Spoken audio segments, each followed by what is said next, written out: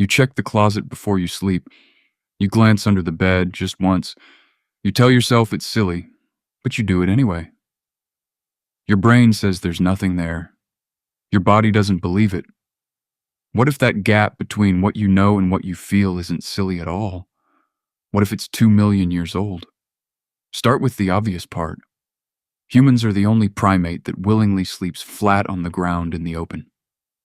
Every other great ape builds a nest, high in a tree, away from teeth and claws. Somewhere along the way, your ancestors came down. They stopped climbing to safety every night. And that single decision rewired everything about how you feel after dark. Anthropologist Karel van Schaik has studied this shift closely. He argues that early humans traded the safety of height for the benefits of fire and cooperation on the ground. Fire kept predators back, numbers kept watch. But even fire has limits, and even a group has cracks in its perimeter. So something had to fill the gap left by the missing trees. That something was vigilance.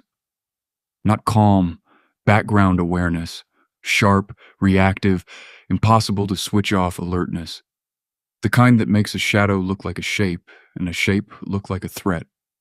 Psychologist Randolph Nesse, working in the field of evolutionary medicine, describes this as the smoke detector principle. A smoke detector that misses one real fire is a disaster. A smoke detector that goes off from burnt toast is just annoying. So evolution didn't build you a detector tuned for accuracy. It built you one tuned for overreaction. Cheap false alarms, rare fatal misses. That trade-off used to be about lions and tall grass. Now it's a coat on a chair that looks like a person standing still. It's a house settling at 2 a.m. It's the 1 second before you turn on the light, when your chest tightens for no reason you can name.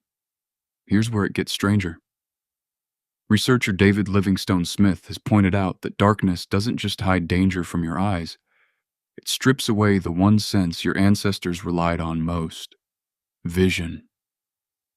Without it, your brain leans harder on sound, on touch, on the vague sense of something in the room. And when data is missing, your brain doesn't stay quiet. It fills the blanks, usually with the worst possible option.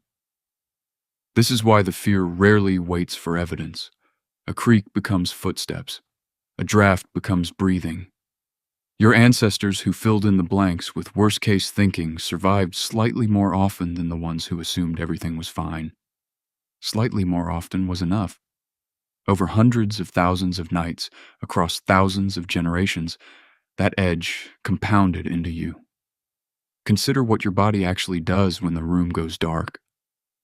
Pupils widen, heart rate ticks up. Muscles hold a low, ready tension. None of this is a malfunction. It's a system doing exactly what it was built to do for an environment that mostly doesn't exist anymore. You don't sleep in the open. You don't listen for the specific rustle of a leopard in dry grass. Your home has locks, walls, sometimes an alarm system louder than any ancestor ever had. And still, some deep, old part of your brain checks the corners of the room like nothing has changed. In a way, nothing has. Not inside you. The world got safer. The wiring didn't get the memo. So the next time you find yourself scanning a dark room for a shape that isn't there, you're not being irrational. You're running software built for a world without light switches, without locked doors, without 4 walls between you and the dark. It kept someone alive long enough to become your great-great-great-grandparent. Thousands of times over. You check the closet before you sleep. You glance under the bed just once. It isn't silly at all. It's the oldest habit you have.